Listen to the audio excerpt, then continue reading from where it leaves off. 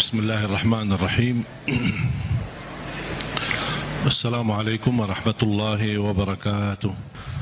Kalau benar-benar kita cinta dan sayang anak kita, ingat firman Allah Subhanahu wa taala, ya ayyuhalladzina amanu qu anfusakum wa ahlikum nara. Kita sebagai orang tua punya kewajiban berjuang untuk melamatkan anak kita dari neraka jahanam. Bukan sekolah yang bagus. Apa artinya sekolah tinggi, kuliah yang terbagus, bahkan bisa keluar negeri, tapi na'udzubillah di akhirat masuk neraka? Apa itu berjuangan? Illa alladzina amanu, mendasarkan iman. Dan semakin ilmu kita baik, semakin banyak mengenal Allah, semakin banyak mendalami Asmaul Husna, semakin banyak memahami Asmaul Husna, semakin tahu keagungan Allah Subhanahu wa taala, kita semakin mendekatkan diri kepada Allah dan semakin nikmat. Karena posisi iman naik turun. Bagaimana supaya naik terus? Ilmu yang bermanfaat. Pertama, ilmu yang sangat dianjurkan adalah ma'rifatullah. Kita lebih mengenal Allah Subhanahu wa taala. Habis iman, amalun salih. Dan amal salih itu kalau tambah iman tidak ada arti. Bapak Ibu, amalun salih tambah iman tidak ada arti. Ada enggak orang kafir dermawan? Ada. Terus masuk surga? Kenapa? Dia baik, dermawan, suka bantu yatim, padahal dia non muslim. Bantu yatim, bahkan bisa salurkan uang bangun masjid. Tapi amalan itu tidak ada arti amal salih dan kebaikan karena tambah iman, tidak ada iman. Tapi karena Allah adil, tidak ada balasan baginya di akhirat, tapi tetap karena adilnya Allah, Allah balas kebaikannya di dunia. Biarpun dia orang kafir, dia berbuat baik, Allah balas kebaikannya. Sehat, sukses usahanya, lancar. Dan adil Allah SWT. Tapi bagi orang beriman, Allah berikan 2 kali, di dunia dan di akhirat. Itulah kelebihannya iman. Oleh karena itu, kalau kita membaca Al-Quran, selalu amal salih terlibat dengan iman. Amanu wa amilu, amanu wa amilu. Kalau tidak ada iman, tidak ada arti amal salih. Dan amal itu harus salih. Bukan semua amal. Ada orang mewakafkan tanpa jualan minuman keras lillahi ta'ala. Amal kan? Saya nawaitu beramal. Oleh karena itu tidak boleh dinamakan amal jariyah, tapi dinamakan sedekah jariyah. Karena amal jariyah, amal yang dimaksud macam-macam. Ada yang baik, ada yang buruk. Wa amilus salihat. Bapak Ibu, di antara amal salih yang sangat berguna bagi kita hidup maupun mati adalah sedekah. Terjamin berkah harta karena sedekah. Semakin banyak harta kita, semakin sedekah banyak, semakin berkah. Istilah berkah bukan artinya harta kita banyak. Walaupun harta kita sedikit, tapi karena sudah di dalamnya ada kata berkah, harta yang sedikit itu sangat berguna untuk kebutuhan kita. Ada orang kaya raya, saya kenal tapi stres. Kaya raya, punya pesawat pribadi, rumahnya di mana-mana. Pas ketemu sama saya, pas isi acara di rumahnya, habis mulai tamu keluar, dia ajak saya ke dalam. Saya mau ngobrol sama saya. Pas begitu masuk, ada kantor pribadi beliau di dalam rumahnya. Begitu tutup pintu, malah dia peluk saya dan menangis. Pak, kenapa menangis? Takut. Apaan takut? Takut kehilangan harta itu. Takut. Takut miskin. Takut sakit. Takut celaka. Hartanya bisa sampai 7 turunan belum tentu habis. Triliunan. Tapi takut. Oleh karena itu Bapak Ibu, hidup sederhana apa adanya jauh lebih nikmat daripada berlebih-lebihan. Oleh karena itu orang yang salih, salah satu tanda kesalihannya, harta yang dia sedekahkan jauh lebih banyak daripada yang dia simpan. Tapi dasar itu bisa menjadi ringan. Sedekah lebih banyak daripada yang kita simpan adalah iman yang kuat. Tapi kalau imannya lemah, mana bisa. Saat bersedekah dia hitung-hitungan. Kalau diajak ramai kumpulin sedekahnya, dia buka dompetnya, ada isinya 1.000, 10.000, ada 100.000. Yang keluarin yang mana? Tidak apa-apa, jujur saja, tidak apa-apa. Katanya walaupun sedikit tapi ikhlas. Salah tuh. Itu dulu, masa dulu. Sekarang rubah perkataannya. Lebih baik banyak tapi ikhlas daripada sedikit tidak ikhlas.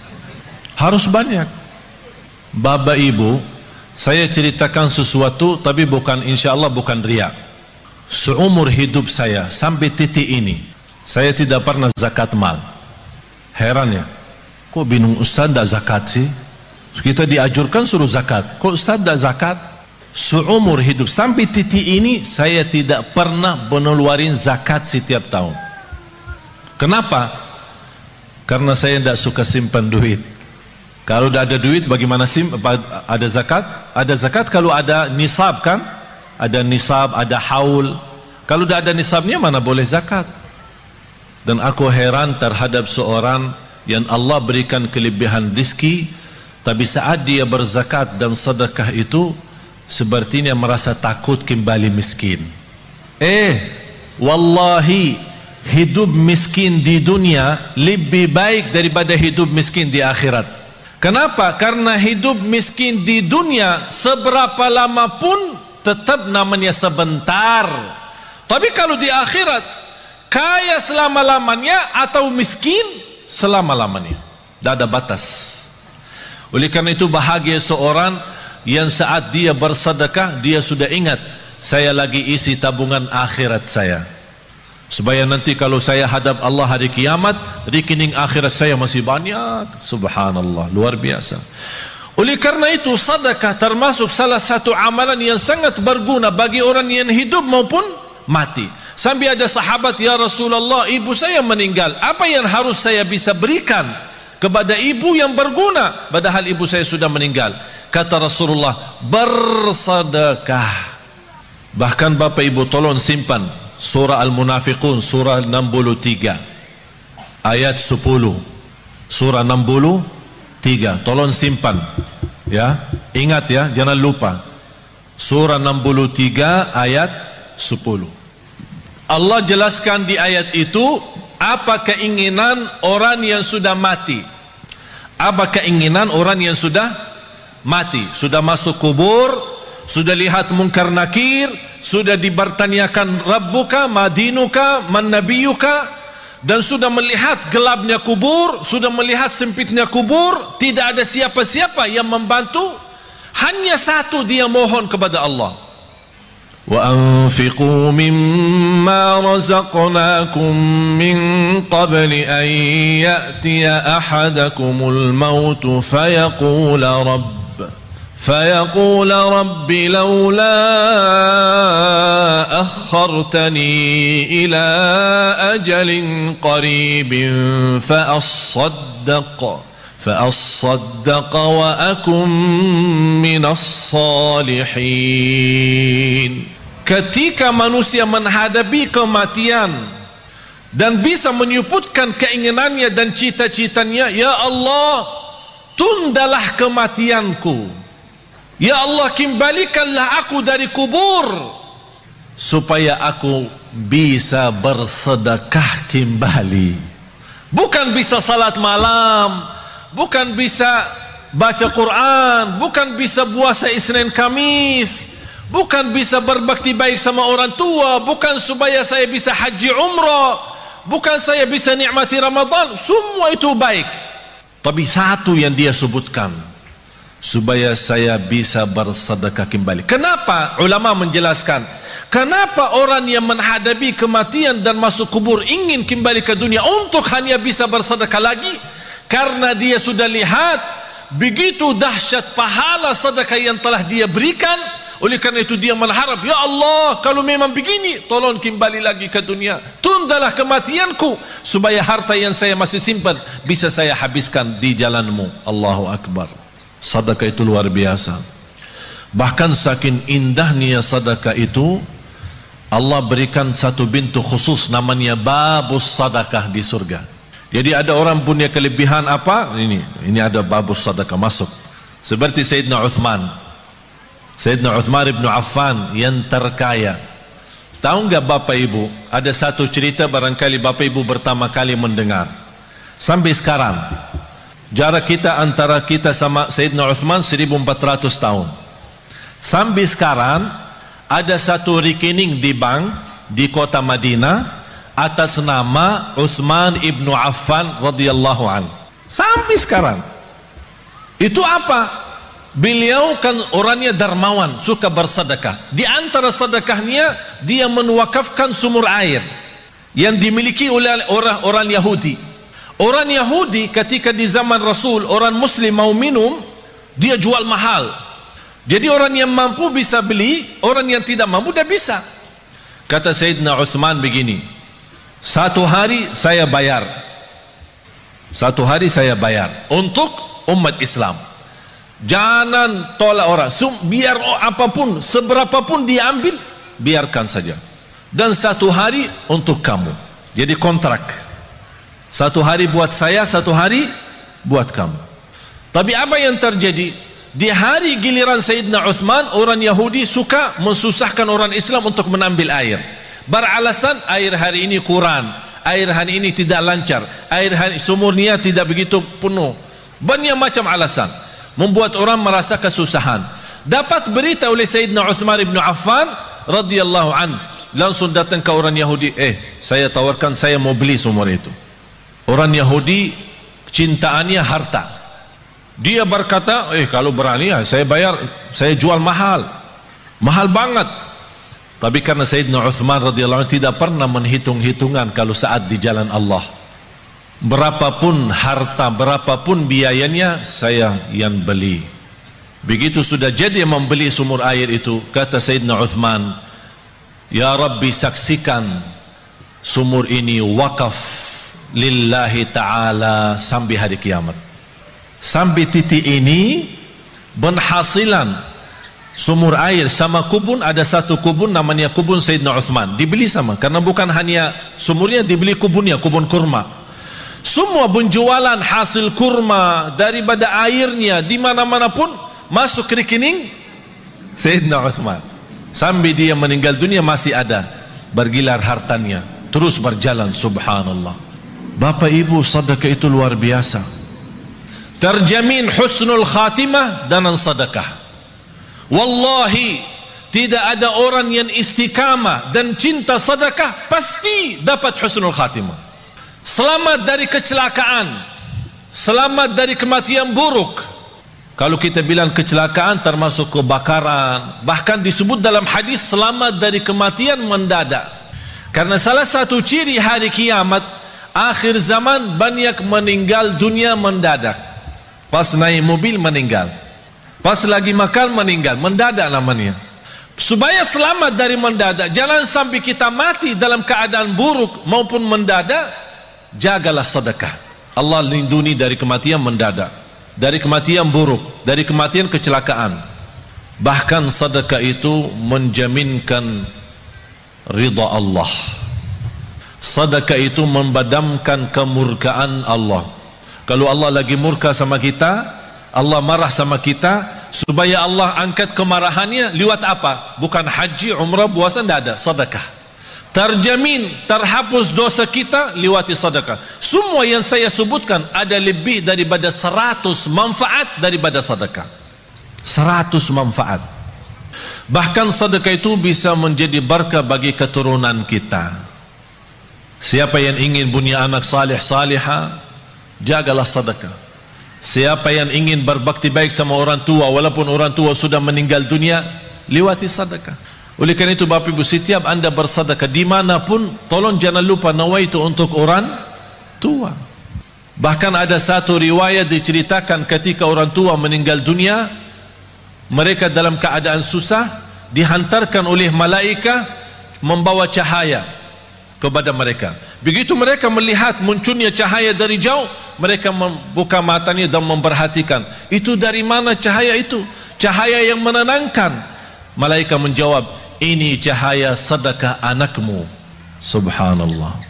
Bahkan sedekah termasuk salah satu amalan yang melindungi kita dari siksa kubur. Semua kita akan sama-sama masuk siksa kubur. Semua akan masuk kubur. Rumah kita yang baru, tahu nggak rumah yang baru? Belum ya? Belum pernah ke sana ya? Belum. Biasa kalau kita mau beli rumah, kita biasa survei kan? Survei, senang beli, tidak senang cari yang lain kan? Kuburnya rumah kita yang baru, sudah disurvei belum? Survei. Harus tahu rumah saya yang baru di mana, posisi saya di mana nanti, tetangga saya siapa, apakah dekat jalan raya atau dekat mall. Tahu, harus tahu kuburnya di mana. Wallahi Bapak Ibu, salah satu yang membuat kita mudah bersedekah, kita ingat kubur rumah kita baru. Kita ingat. Kalau kita ingin, saya minta sekali aja. Biasanya kalau di Indonesia malam minggu libur, jadi orang-orang mengajak keluarga senang-senang, makan malam di mana gitu, berhiburan. Kalau di Surabaya kemana? Biasanya malam minggu ya, ke mall ya. Ya udah sekali-kali malam minggu di kubur, ajak.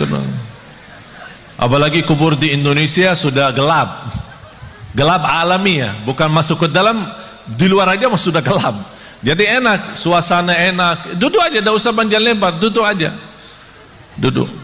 Apalagi kalau di samping kubur lagi terbuka, wow, luar biasa tuh. Biar bisa pandangannya enak. Subhanallah. Masa ini rumah saya ukurannya berapa sih? Ya boleh sekarang ketawa, boleh ketawa. Tapi Allah saja yang maha tahu bagaimana keadaan kita nanti di dunia kubur. Oleh karena itu jamaah sekalian, wallahi hidup ini serius. Hidup ini sangat serius. Sudah habis waktunya bercanda, habis waktunya berketawa, habis waktunya untuk dunia saja. Dan banyak ciri-ciri, semakin banyak ciri hari kiamat, itu memberikan tanda hari kiamat semakin dekat. Bahkan yang lebih dekat adalah kematian. Tidak ada yang bisa jamin berapa sisa umur kita. Sekarang kalau saya bertanya, yakin hidup atau yakin mati?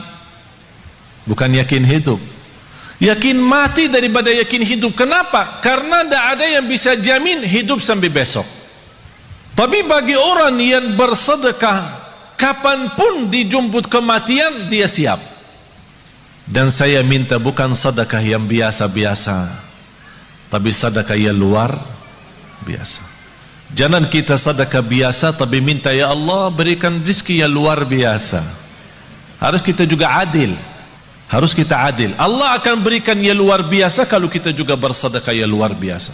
Wallahi Bapak Ibu, yang namanya harta bukan yang kita simpan, tapi yang harta sesungguhnya adalah yang kita memberi. Itulah yang namanya harta kita.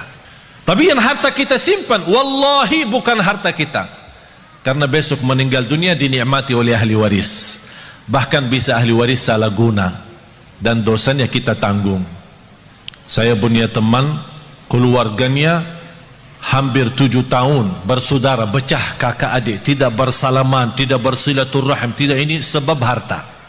Teman saya di Mahkamah Agung menceritakan ada keluarga 20 tahun mundar-mandir ke mahkamah, urusan harta belum selesai, 20-an tahun. Harta menyakitkan, harta memecahkan. Apa guna harta kalau seperti itu? Na'udzubillah. Harta yang berguna, yang membuat kita senang, yang membuat kita bahagia, itulah yang namanya harta nikmat. Oleh karena itu kata Rasulullah, sebaik-baik harta di tangan hamba yang salih. Sebaik-baik harta di tangan hamba yang salih. Kenapa di tangan hamba yang salih? Karena hamba yang salih tidak pernah salah guna harta itu. Bahkan dia menjadikan harta jembatan menuju ridha Allah, menuju surga Allah. Jangan anda berkata, saya tidak bisa berikan apa-apa. Dan saya tidak minta bapak ibu sekarang sebelum anda pulang udah kosongkan rekening semua, blokir, habiskan, transfer semua isi rekeningnya kepada Yayasan Nurul Hayat. Saya tidak minta anda sekarang buka tasnya, habiskan semua yang ada isinya. Tapi lepas ini, aduh, gara-gara Syekh jadi begini. Karena kita belum memiliki iman seperti Abu Bakar Siddiq. Abu Bakar Siddiq datang Sayyidina Umar ketika Rasul mau hijrah. Sayyidina Umar datang membawa separuh harta. Sayyidina Umar waktu itu cukup kaya, separuh. Jadi kalau punya 2 rumah, ikhlas 1 rumah. Kalau punya 2 mobil, ikhlas 1. Kalau punya 2 istri, ikhlas 1. Subhanallah, luar biasa. Separuh harta dia ikhlaskan. Sampai Sayyidina Umar merasa dirinya sudah begitu luar biasa berbuatan kebaikan.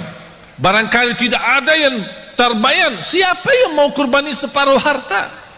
Kalau kita tabungan akhirat, tabungan rekening kita 100 juta, berani nggak 50 juta? Ya berpikir dulu katanya. Berpikir dulu. Kalau mau masuk surga, Bu, kalau mau masuk surga mau bertanya suami dulu ya. Mau bertanya suami dulu ya. Banyak yang salah mengerti soal nafkah. Ada kewajiban nafkah dari bapa kepada istri. Ada namanya nafkah uang belanja. Uang belanja rumah. Jadi apapun yang di kebutuhan rumah diserahkan bapa kepada ibu. Belanja sayur, belanja makanan, pokoknya semua kebutuhan rumah. Ini namanya nafkah umum, nafkah bersama. Tidak boleh disalahguna tanpa izin suami. Ada nafkah yang namanya pemberian dari suami kepada istri. Sayang, ini untukmu. Buat apa? Ya terserah. Ada orang ibu, suami saya suka kasih saya untuk pribadi setiap bulan misal 3 juta atau 2 juta. Tapi kadang-kadang saya bingung, kalau bersedekah apakah minta izin suami? Enggak. Itu namanya hakmu sendiri. Apapun digunakan tidak perlu minta izin suami. Tapi jangan uang pribadi yang diberikan oleh suami disimpan, uang belanja buat rumah disedekahin. Ditanya sama ini, kok habis makanan di rumah? Kemarin Syekh Ali ajak kita bersedekah, jadi saya salah keluarin uang belanja yang saya pakai. Itu yang harus izin suami. Bapak ibu jamaah sekalian, sedekah itu ketika Rasulullah SAW didatangi oleh Umar bin Khattab waktu hijrah. Ya Rasulullah, ini separuh harta saya untuk perjalananmu hijrah ke Madinah. Rasulullah bertanya, apa yang kamu sisakan untuk keluargamu? Alhamdulillah masih tersisa separuh. Datang Sayyidina Abu Bakar, dilihat sama Sayyidina Umar, berapa sih mau diberi sama Abu Bakar? Aku aja sudah separuh. Tidak terbayang apa yang akan diberi oleh Sayyidina Abu Bakar. Ya Rasulullah, ini hartaku. Apaan ini? Ini hartaku semuanya. Apa yang kamu tinggalkan untuk keluargamu? Allah. Saya tinggalkan Allah. Sayyidina Umar berkata, saya tidak akan berani lagi lawan Sayyidina Abu Bakar. Tidak bisa lagi. Gimana Sayyidina Abu Bakar istimewa sendiri. Tapi bapak ibu jangan coba-coba ya. Datang ke Yayasan Nurul Hayat, ini harta saya semua, terus buat keluarga saya tinggalin Allah. Gila loh, dianggap gila. Tidak wajar. Tapi yang saya minta bapak ibu, boleh anda bersedekah, tapi tolong sekali-kali kita tunjukkan sedekah yang terbaik. Segala sesuatu kalau berlebihan ujung-ujungnya tidak baik selain sedekah.